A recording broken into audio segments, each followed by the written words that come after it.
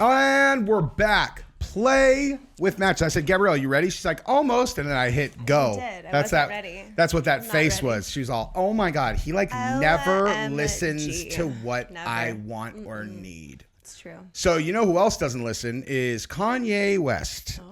Because he has apparently decided that this moment that he had where he was going to be quietly overseas, just living his life, man. Just him and Bianca. Yeah, him and what are you doing? Bianca Sensori. There was like a spot on the screen that looked like it was like right on my mouth, and I was like, God, I look terrible. Never mind, that's a spot on the thing. Let me just grossness on your computer screen. Yeah, probably because of you. So yeah, it's me. I'm the problem. I'm the problem. It's me. Because guess what? That's another segue. Because we're going to talk about Taylor and Justin Baldoni. Oh, dude, this is going to be a good episode. On fire today. If I hit two segues like that in the first minute of this video, it's going to be a good one. It's going to be good, dude. Count up all the times you laugh and then in the comments write 0. What? Because no one's actually going to think it's funny. I think it's funny. No, I know, but they will think it's funny. I was pretending to be humble. Dude, I am like fully. What on earth? I told you, I'm like having a reaction to something right now. Do you need a shot? No, I think I just need like cortisone cream. It's just so bad, but there's nothing there. Or you need like Benadryl. No, I think I just need like cortisone cream. Right now? Gabrielle, did you get the cortisone that you needed for your arm? I did. It's still quite red. Best show ever. I itch. I need cortisone cream. Yeah. Let's stop what we're doing so you can get cortisone cream for your itchy arm. The benefit of filming inside your home. This is not our home. This is inside of a Lear jet hangar. Oh.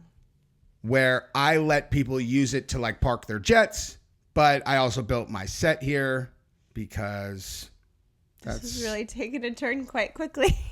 Anywho, guess what else is going on though that I just saw while you were doing cortisone cream? What? Elliot Page is making a comeback. Oh, brother. That big man. I do hope that Elliot is okay because Elliot, they were looking pretty on the ropes last time. Elliot is going to do the next Chris Nolan movie, so at least they're still working, Okay. The next movie is called The Odyssey, and it's about a girl who is very, very small for her size, microscopic almost, decides, you know what'll make me feel big and strong is I want to be a man. Okay. And so that little girl becomes a big man. Yeah. And so it's a little bit autobiographical, I would imagine. Uh-huh. That's not really what the movie's about. No, I figured as much. You did? I did. Good job. Believe it or not, I know. So let's just start the show right after everybody subscribes to the channel and likes the video. I'll just sit here and wait while they do that. Just go ahead and give y'all a sec. Okay, cool. Thank you, guys. Oh, you didn't do it? Wow. What a rebel. What a rebel. All right. So first of all, how long has this been going for? Because I need to warn people that there's some pretty... Oh, wait. Actually, let's start right there. Look at this post about... This is the funniest thing I've ever seen. Dude, look at the current president will not deport Prince Harry, but has confirmed what we all know. The marriage to Meghan Markle's in deep trouble, whatever that is. Anyway, U.S. president says... I'll leave him alone. He's got enough problems with his wife. She's terrible. He is so funny. That might be the funniest quote in the history of the executive branch of the United States. It's pretty great. He's got enough problems with his wife. She's terrible. Our daughter just She's texted terrible. me 11 times. Do you have a plant pot that's 6 to 8 inches? Pot for a plant? Yes. I assume she didn't mean a pot plant. Yes, a pot for a plant. Okay. Well, while you're dealing with that, let me show everybody proof that Kanye West is doing fine. He's making excellent decisions. Okay. Like everything's good. And we knew that immediately because he showed up at the Grammys with his girlfriend / wife dressed. She was completely stark naked with like what would basically be a full body like pantyhose or something. You know? Like it looked like a full like it looked like a pantyhose. Just one. It did. And like, so they're like smashing her boob to where, when you put a pantyhose over someone's face, it's all pantyhose. There's a S in there. Okay, so you know when you put a leg of a pantyhose Yeah. over a person's face who's about to rob a bank, it like obscures their features. Cheesecloth. That's kind of what it did to her boobs. We were like, I can't tell if her boobs are great or if they are misshapen because everything's smashed. not really right in the right perfect place. Let's look at the photo, shall we? You guys are in luck. We found a picture of Bianca Sensori nude with bars across, so I can show it to you, because if there were not the took bars, us a hot minute to find it. she is straight up buck naked. Okay, so there you go. That's Kanye at the Grammys.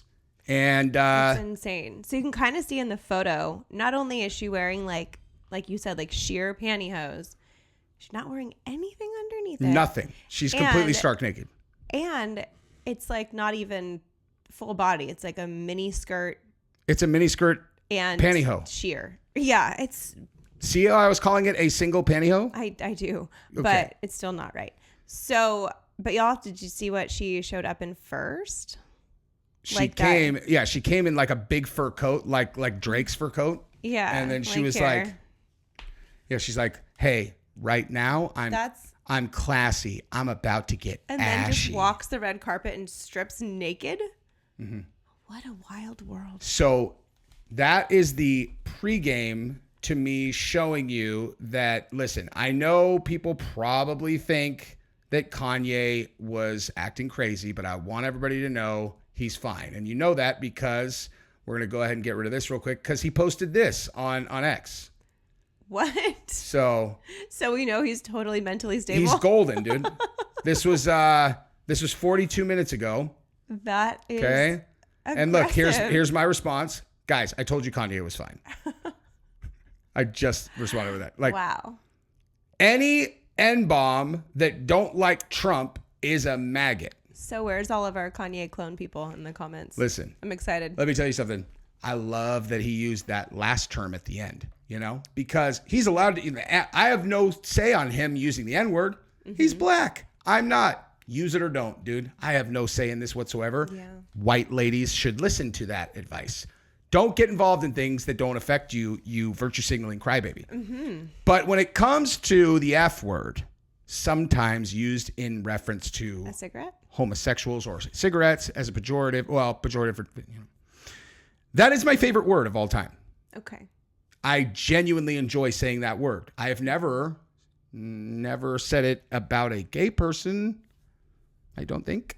But when I say it, I'm just saying it about like a guy who's being being an asshole, that's what it meant for me. Okay. So I applaud Kanye for this. Okay. And most likely we're going to have our channel taken down now. But like Kanye is like public enemy number one because the one thing you really can't say, you really can't say anything positive about Hitler, Nazis, any of that kind of stuff. And definitely can't say anything negative about Jewish people. Right. That's the number one thing. Yeah. Is Hitler and Jewish people, like, just don't do it. Kanye was like, what do you mean don't do it? You're like, he went all in. I mean, at least if you're going to be trying to make some kind of point about the entertainment industry, like, just say, like, there is this very small group of executives who, by happenstance, happen to all share the same Abrahamic religion. And you'd be like, all right, I guess maybe that has something to do with why they're bundled together in his brain. But when you say, I'm going World War III on the Jews on 50 different podcasts, it's not a good look. You're going to end up in Italy or Tokyo or wherever the hell you've been, not doing anything because they took away his ability to bank, right? It's one of those things. Did they? They don't play, dude. Yeah, they took away his banking. I staunchly disagreed with that, by the way. Wait, they did? Yes. What did they do with his money? Just like give it back to him? I don't know. Yeah, but he got debanked. From like all the banks? Hey, you know how you show people that there's not a big Zionist conspiracy globally? Is when someone says something negative about Jewish people, you debank them. You're all... Yeah, that's pretty wild.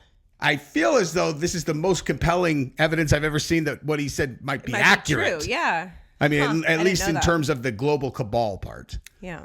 I didn't love that decision. But nonetheless... no, it's not cool. Yeah, I'm not going to be like Dave Chappelle, the first black KKK member, talking shit about the Jews, obviously. Yes.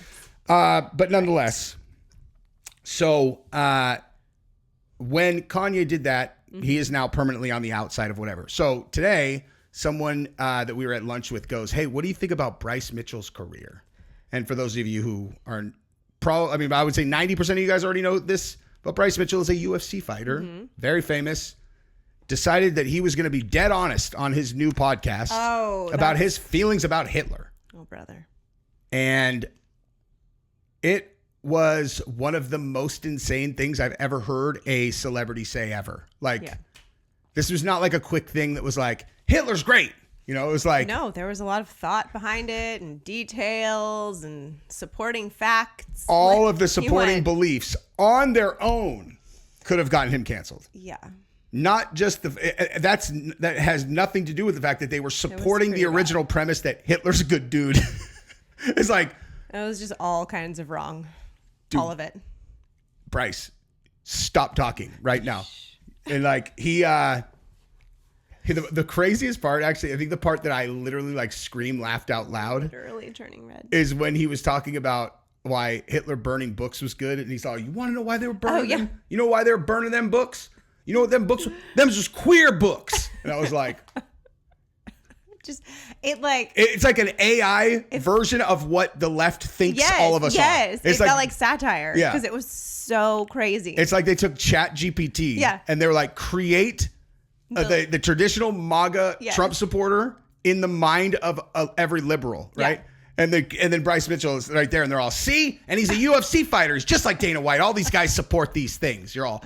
Dana White walked out, for the first time ever, Dana walked out to a press conference with a fucking script, okay? Like, if you are reading... Wait, was that... It was at a press conference?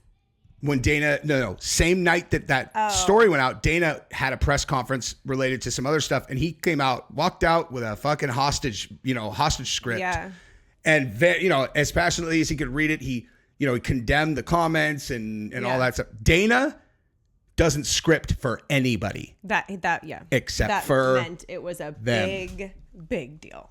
So Ari Emanuel is the CEO and owner of Endeavor, which owns UFC.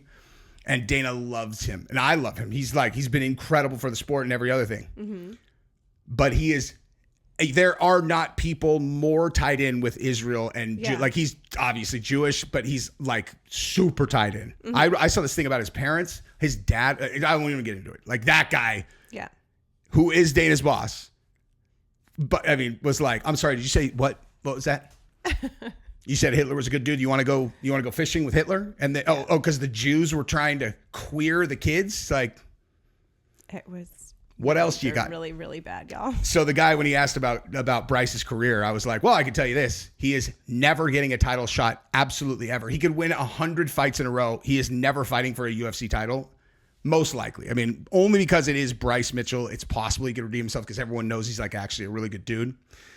But also when he goes to renegotiate his contract, if he's like 250, fuck that, I want 280. They're all, fuck you. Mm-hmm. Tell you what, why don't you go find an organization that's willing to pay a fucking Nazi sympathizer that big number that you just said. But crazy times. So that's why Kanye knows to stay away from Jews. He's all, I don't want to be controversial anymore. So I went with this instead. Yeah. So this is what I went with. Any jigga that don't like Trump is a maggot. Wow, good. Except not so much jigga and definitely rhymes not maggot. With. Yeah, rhymes with jigga and rhymes with maggot. It rhymes with, sounds like. And with this picture too. Like this the photo really, really just drives it home. I've seen that picture obviously because I've looked up like pictures of Trump a billion times for for thumbnails, Yeah. But this one especially is like if Democrats look up evil Trump, wait, what's that Jake Shields post right below at the very bottom? Oh my God, dude. Since we were just talking about this. What are your real thoughts on Hitler? He's just this is good engagement bait. He says, was he good, bad, evil, or somewhere in the middle? Obviously posting Hitler for shock value is fun, but let's have an honest discussion about him. I mean, anyone who tries to eradicate an entire race of people, I feel like bad. So also Jake Shields is, definitely considered a massive anti-Semite by those same people. Like he's been very vocal about his thoughts on like the Palestine thing. Look at, hey, here are my thoughts. Look at mustache sucks. Good one. That's, I mean, you know, it's like, well, hey, do you want to get involved in this conversation, Jesse on Fire? It's like, oh, is Hitler good and bad? Yeah, I'm going to dive I'm going all in, dude. I'm going to give you a really, really like nuanced answer. I'm like, his mustache sucks. I was going to do something funnier. I was just thinking about how like, I don't need to have an opinion on someone who would grow hair on their face and shape it like that.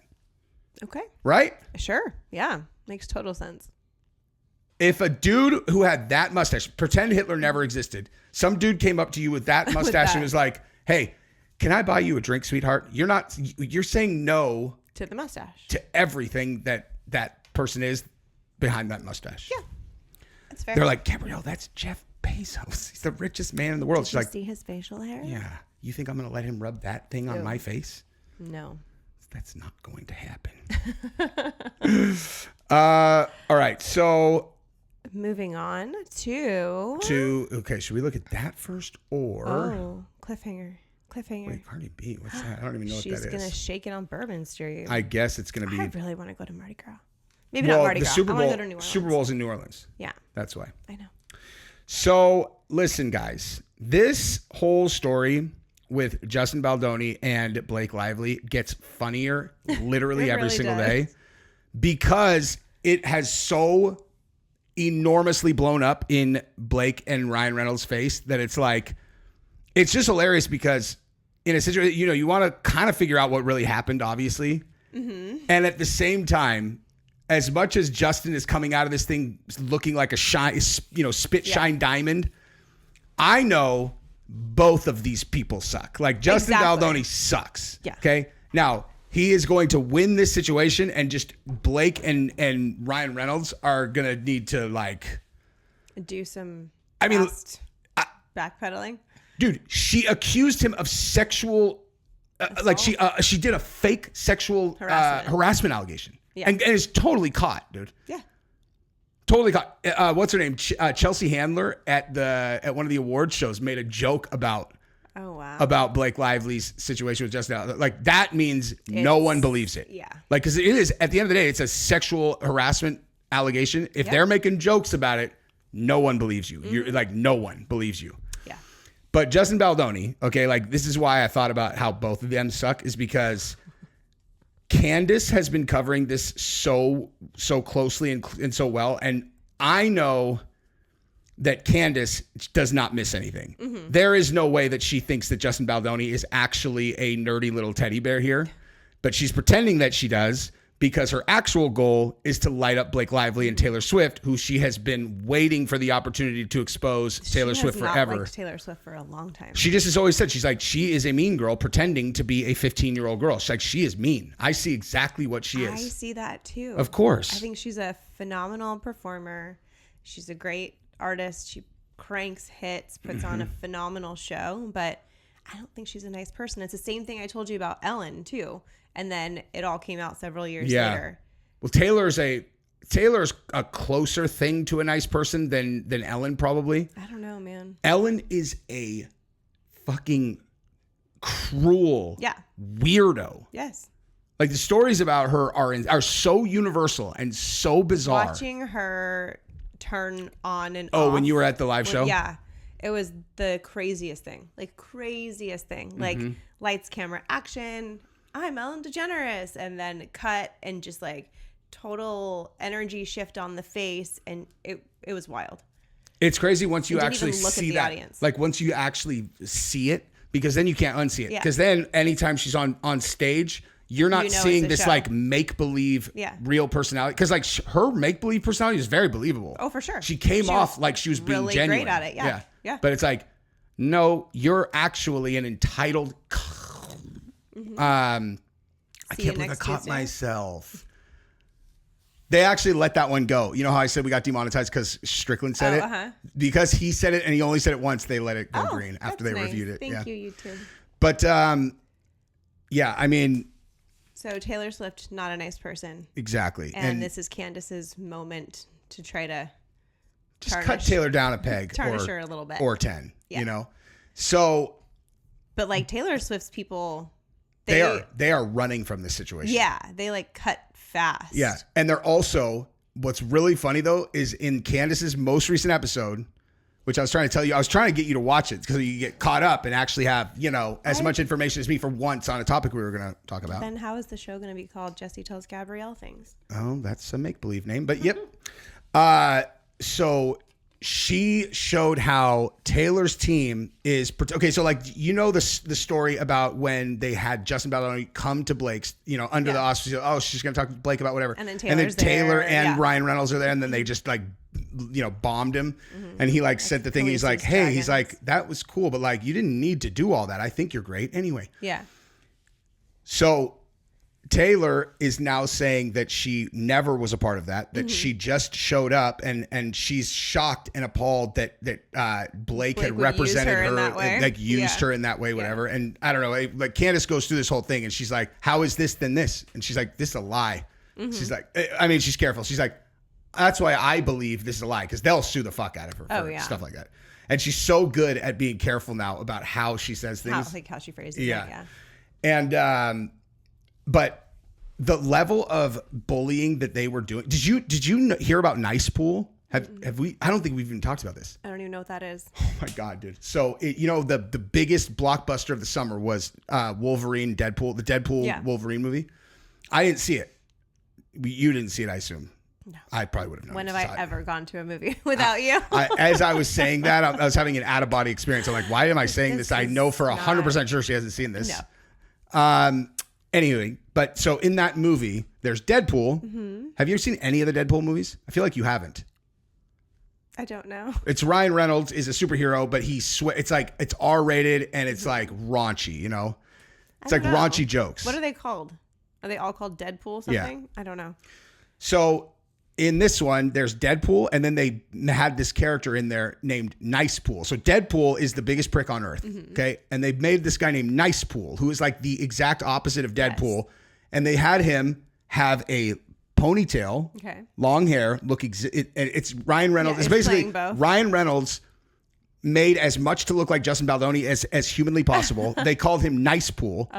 He says in the fucking movie, he's like, I think what I'm going to do is I'm going to use the feminist movement to build a podcast that I can do whatever. He has a fucking podcast about like male feminism, whatever. No. Like it's just complete when you see it, it's not like, oh, maybe. It is absolutely 100% Ryan Reynolds writing in a fucking sorry ass nerd Justin character Baldoni. Just to shit on Justin Baldoni. Oh wow! And it's like this is such a Hollywood flex. So, hey, the biggest blockbuster of the year. Well, I just added a character because I have power like that, and it's you pathetic fuck. So they did that. That's now part of the lawsuit. It's a different level in Hollywood. Probably going to lead to a much larger settlement that Blake and Ryan are going to have to pay him at the end of this thing. But so all of this is getting to where when I saw this article, Justin Baldoni, it's been an intense year. Wipes tears in upcoming podcasts. I shouldn't even read that. What I realized, I'm like, this guy is an asshole, but he might be a fucking genius. Like from the whole time, every single time he communicated with her because people said that they were screaming at each other on set. Oh, right? Really? But like all on his set, written communication. every single written communication is like, I love you so. Blake, you are a powerhouse. You're incredible. Yeah.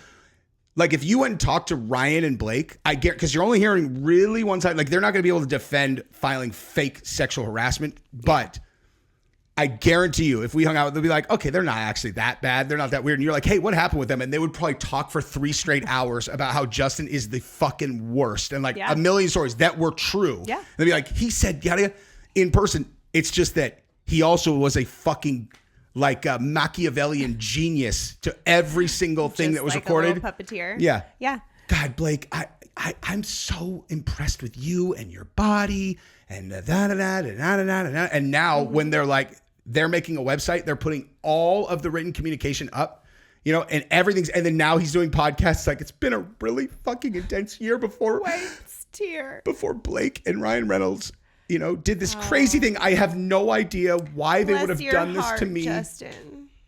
I don't know. I just wanted to make a movie that empowered women. Yeah.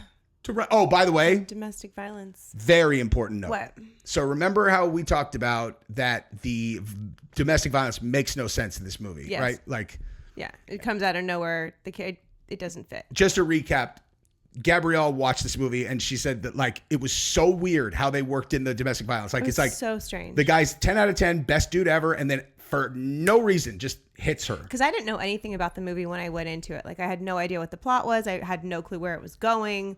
I just watched it, and so like suddenly, it's like it's like a romantic comedy that suddenly he just hits her, and you're all not so much comedy, but like a romantic film, like. Guy meets girl. She's, trying to make it on her own as a florist. She's entrepreneurial. She's doing all these things. And then in walks this like handsome doctor man. He's got it that all looks together. like this. That looks like this. Tall, dark, and handsome. And they have tall, dark, and handsome. And they have this amazing like romantic, super physical chemistry romance. It's like awesome. And then bam, he hits her. And you're like, why? And then like maybe pushes her down the stairs, but like also kind of maybe not. Like it's like very ambiguous about whether he actually threw her. So you have one incident of confirmed him hitting her or slapping. But that slapped her? But that again was not to condone this in any way, shape, or form. But it was a reactive move, not like him advancing at her. Like he pulled something hot out of the oven and she tried to help him, and he had just burned himself and was like, ah. And like, oh wait, so he didn't even really really hit her hard? It was so weird. Okay, so here's why I brought this up, right? So there were two versions of this movie that were cut. Okay, one was the Blake Justin's cut, the other one was the Justin cut, and they showed it to test audiences. Test audiences all liked his. Now the difference between the two was apparently Justin wanted to make a very serious movie about domestic violence and whatever, and Blake wanted to make this kind of like la la la la la. Yeah. And that's why they were at such conflict, because their visions for the movie were completely opposite.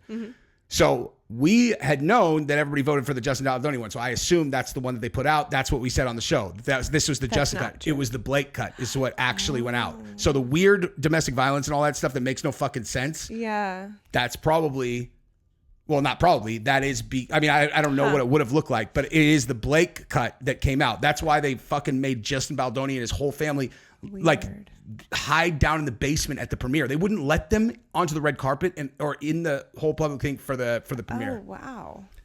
This shit looks so bad for Blake and Ryan. It's insane. So bad. Like, and this guy, as much as he is a weirdo pussy, like he's got some very calculated, devious ass fucking psychopathic eyes. 100%. I think you're totally right about what he put in writing and didn't put in writing. Yep. I think it was extremely calculated. Almost like people like can't. He was preparing for this. Almost like he was preparing for this, and almost like if you let me look at the same person long enough, like I'll, and they're doing something like this, I'm gonna get to what I guarantee you that's exactly what he did. You know what I mean? Like in all seriousness, his case, yeah. Look at his eyes, dude. I know. He loves breaking people. He is so happy right now. They fucking walked into it though. Yeah. But and honestly, this happened the only way it could have happened, because he can't go after Blake Lively. Who is he, dude? You know what I mean? Now he's right. Justin Baldoni. We all know who he is. Exactly. Prior to that, he's nobody, and he's a guy. He can't go after a girl. And he's like, Ryan Reynolds is a bully, and Ryan Reynolds would have been like, listen, I don't understand what this guy's problem is. All we've ever tried to do is be nice to him, show some fake text, and everyone's all, God, Justin Baldoni's a little bitch. Ryan Reynolds and Blake are the best. Yep. And dude. They've probably gotten away with that kind of stuff for years. Oh my God. Yeah. Everybody's saying that Ryan Reynolds is not nice. He's probably not. He puts on a great act. He plays a really great, nice guy character, but he plays the same character every time. Every time. Yeah. Like Mark Wahlberg does that, but Mark Wahlberg, you could tell, is kind of playing a version of himself, and he's just a really charismatic guy that it's like, okay, now you're Mark Wahlberg, the college professor. Lives in Jersey. Yeah, and the college professor in The Happening, which is like the kind of the biggest departure from his real life, but he's still, you're just like, I don't know what it is. I just really like this guy. I really like him. Yeah, when he was in his mid to late 20s, every girl's like, I don't know what it is, but I just want to like feed in my panties.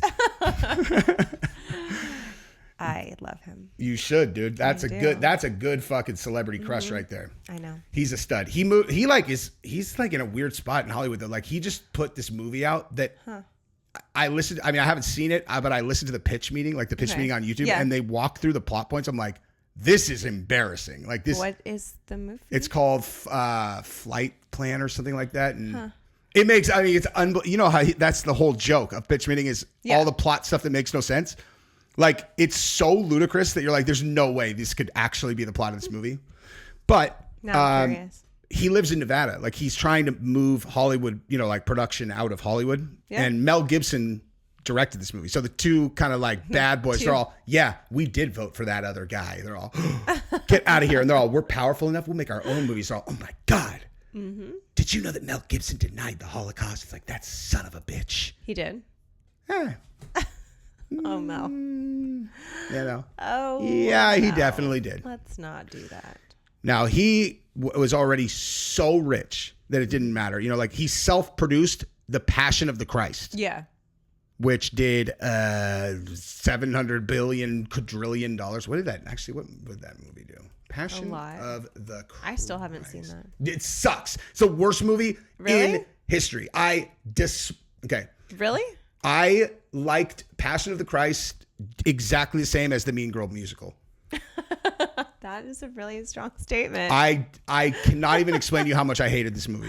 Like, That's and funny. It made $612 million, and he self-produced it. Okay, and distributed it too. Okay, I'll tell you because it's basically the same story. Okay. For Mean Girls, I was like, oh my God. Okay. Mean Girls, it's like a remake of the original. I love Mean Girls. Yeah. Everyone loves Mean Girls. Everyone loves And so I go in expecting an edgy, updated Mean Girls, and they're all, they start ugly girls singing.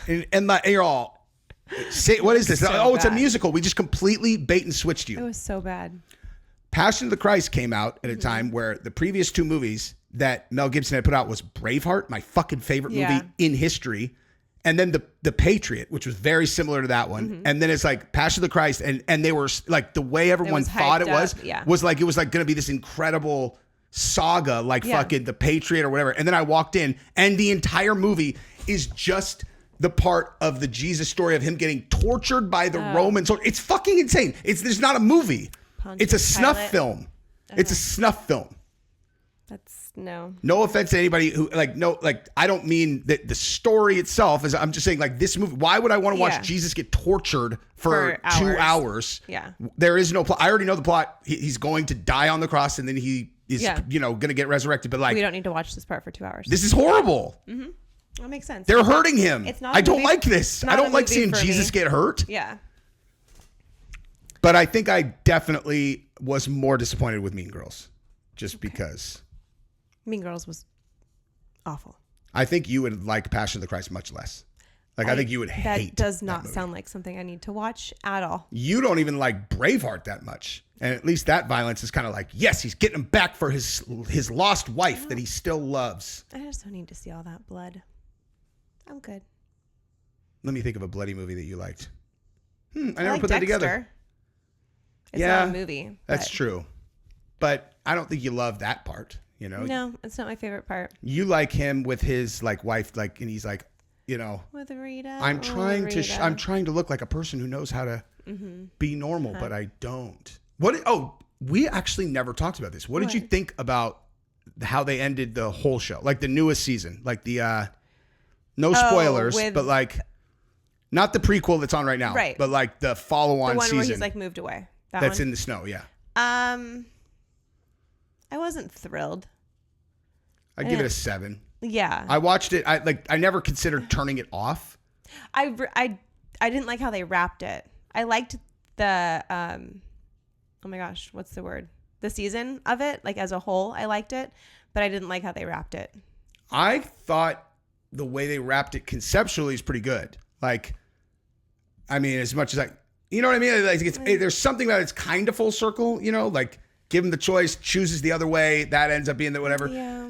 I don't know. I don't love when shows decide that they are going to change the hero into the villain. I never feel like that translates well. That's how it kind of, yes. You know what I mean? Yeah. Like Breaking Bad was the same way. Where it was like, oh, and then this season now Walt becomes the villain. And I watched that whole series and I'm like, wait, where did Walt become the villain? Yeah. Like, you can't just tell me Walt's the villain. Like, I'm rooting for Walt. Mm-hmm. The fact that he went into the prison and had the Aryan Brotherhood murder 100 people in a day. Like the directors and producers are trying to create these think pieces, right? Mm-hmm. Like that's Breaking Bad's a great flick. I just think they created a flawed person. But like with Dexter, they straight up tried to like flip the script, where it's like, but kind of way where you don't really notice it happening until like They almost did a really good job. Yeah, they almost did a really good job. But I don't think that anyone wanted to close Dexter not liking Dexter. Like, Well, that's what I'm saying. yeah, like it wasn't satisfying. Yeah, I totally agree. But the character has to die, I guess. And, oh, well, spoilers. If you haven't watched Dexter's, that show, it's like 2 years old.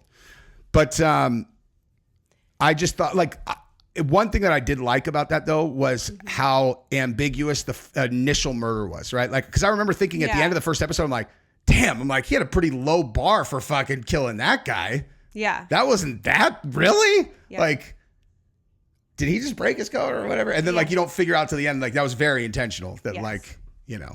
Yeah. It was good. It was pretty good, actually. But I wasn't satisfied with how it wrapped up. You want to know what else makes it, like, not that good? Is that show was over.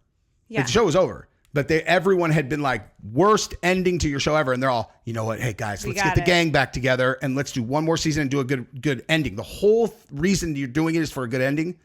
And it was like it is good. Yeah. And I think that's why it bugs me so much.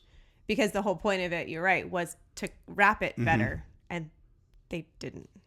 Or, in fairness, we all knew the whole purpose of it was to end it. And so our expectations for the ending were not even possible to be met. Yeah. But I still don't think it was that good. Objectively. Yeah. Yeah. What's your favorite ending to a full show that you've ever watched? I mean, I'm sure that you're forgetting, but like off the top of your head. Just off the top of my head, and y'all are probably going to make fun of me. I know you will. That show Manifest. I know you're gonna make fun that show of me. Jumped the shark it 5 did, times. But it 100% did. But the way that they wrapped it was so satisfying, and like to me, it felt perfect. Because they had Skater Boy as the background music, and that so was you're the like, closing credits. can't get any better than this. So I was jamming, and I loved it. No, I really liked that. What's another thing that I've watched? I can't think of any off the top of my head. There are a lot of shows that have had excellent endings, but like. I hated the Sopranos ending deeply. I still, even though now I've watched all the video essays that, Tony's dead and it's obvious. And when you watch the video essays and they go through, like, here's clue number 1, clue number 2, there is no question. He is for sure dead. Right. He died at the end of the show that he went black. But they had to know no one's going to fucking put this shit together on first viewing. But so I think that was the point. Maybe, but I still thought that was all of this talk, and then, but like, no. It's true. People still are talking about it fucking 100 years later. But I thought best endings, the show Justified, the original. I didn't watch the whole thing. That ending was fucking amazing because the whole saga, it's just so big. It gets so big. Like it starts small, it ends up so big. And at the end of the day, the two guys on the other end of each other are like the arch villain and the arch hero, and they used to dig coal together. So they're like underneath all the shit that happened, they've always been like cool, And it's at the very end, this dude's doing life in prison and fucking, and Raylan's on the other side of the glass, and he's like, so why did you do that for me, Raylan? And he's like, well, I guess probably because we did dig coal all those years back. Like I fucking almost cried. I was like, damn, dude, that one got me. Breaking Bad's decent, Yeah. Do you remember the ending of Breaking Bad? I don't. He saves Jesse. Yeah. But then he gets shot in the process, and then he goes and he touches all his equipment and then dies in the thing. Yeah. I do remember that. They did a good job of like just fucking pulling no punches on like, you wanted to help your family. You literally destroyed everything about your family's life forever. Selling meth was bad. This was a bad thing you did. Yeah, don't do that. But you did make a great show. Mm-hmm. And I can't think of any other ones off the top of my head. What about Game of Thrones? Did you enjoy the ending of Game of Thrones? I don't remember how it ended, so no. Horrendous. Yeah. If I don't remember it, then no. That might be in the conversation for the worst ending to like a serious show ever. It was because what happened was the fucking penultimate episode, Khaleesi, the hero of the fucking show. Everyone's favorite character remember? ever. Oh, and then they go bad. It never works, dude. And like just like that, she's the hero for 6 seasons or 7 seasons. And in season 8, we're going to do a 6-episode series. She's going from the hero to the villain. Everyone's going to hate her. Flat. And then she's going to die and then the show's over. And you're like, what? That's about how much sense it makes. It's just someone verbally saying it out loud. It's like, everything's fine. Oh, we're on the same team. And then, oh, my cousin doesn't want to have sex with me anymore and I can't take it. So I'm going to go slaughter an entire season of, or fucking city of people. Yes. Go Dragon Queen. Next day I'm Hitler. Next 5 minutes I'm dead. You're like, yeah. You guys thought this was a good idea? Felt. Terrible. Okay. I am like getting so itchy. I think I might need to go take a Benadryl. Too bad, dude, because I have been watching you itch yourself through trying to get me to end the podcast, and I've intentionally not done it because you know what? That's cruel. You think I didn't know what you were doing for the last 7 minutes? Have I? We've been together for 18 fucking years. I wasn't doing it intentionally. I'm like really just itchy. What? I'm not just talking about the itch. I'm in your brain constantly. Here, think of we're gonna go either one or two. My brain's broken right now. Okay. No, my brain's not working right now. Look, I'm telling you what it is. One. Correct. When was I wrong? No, you'll never know. If you were wrong, that's the first time in 18 years that we've ever gone one or two, and then we both say it. I didn't say it at the same time. I'm but like literally. Anytime we say it at the same time, we always say the correct right number. Now. Probably 100 and O. I know. It's Except for that one. pressure. So your brain really is broken. Was I wrong? No, I'm just kidding. All right. Well, fine. I will let her. I need a Benadryl. Go get a Benadryl. I'm like reacting to something. I don't know what's going on. Let me see you. I'm like, it's just like I'm itchy everywhere. I don't know. Did you do anything while we were jiu-jitsu that would have made you itchy? Went to like the cheer tryout thing. I'm saying you think you came in contact with someone that could have, something that could have given you an allergic reaction? I mean, it was like a bunch of girls all trying on the same thing. Who friggin' knows? Did you try on the same thing as the I didn't, but I was kids? like holding them and handing them to Giselle. I don't think it's that. I'm saying like, did you get bit by a fucking fire ant again? I don't think so. No, that was pretty instantaneous. Gabrielle's super allergic to red ants, you guys. Or fire ants, I mean. I don't think that I am. I don't. I think that when it happened, my histamine levels were elevated, probably because of freaking mold exposure and all the other stuff that I was dealing with. So it was like the straw that broke the camel's back. But I'm hopeful that, especially after the mold detox and everything, that I'll be able to handle fire ant stings and not have an anaphylactic reaction. I'm not going to go test it, don't worry. But that's my theory. I have never been like noticing your nails no matter what you did, and I'm noticing them right now. They're so cute, aren't they? Mm-hmm. I love them. Like in my house, when my girls want to tell me about their fucking nails, every time I'm like, don't care, don't. But you like care. these. Those are the first ones that I've ever had like a I care. Well, I mean, I don't really care, but like, especially fucking Giselle. Jesus. Daddy, look, my nails. Giselle, you are supposed to be doing jiu-jitsu. Your jiu-jitsu coach told you not to fucking put on nails. She's a 12-year-old girl. Yeah, I know. Mm-hmm. Who got injured and cannot train properly for the Austin Open because she was doing cheerleading. Yeah. I think it's because she grew 6 inches over the last year. I think because someone threw her in the air and then let her slam on the fucking floor. There's a lot going wrong there. Yeah. So if she doesn't win the Austin Open, I am blaming cheerleading, and she's her out of never cheer cheering ever again. Short career. Anyway, love you guys. Subscribe to the channel. Bye-bye. Bye.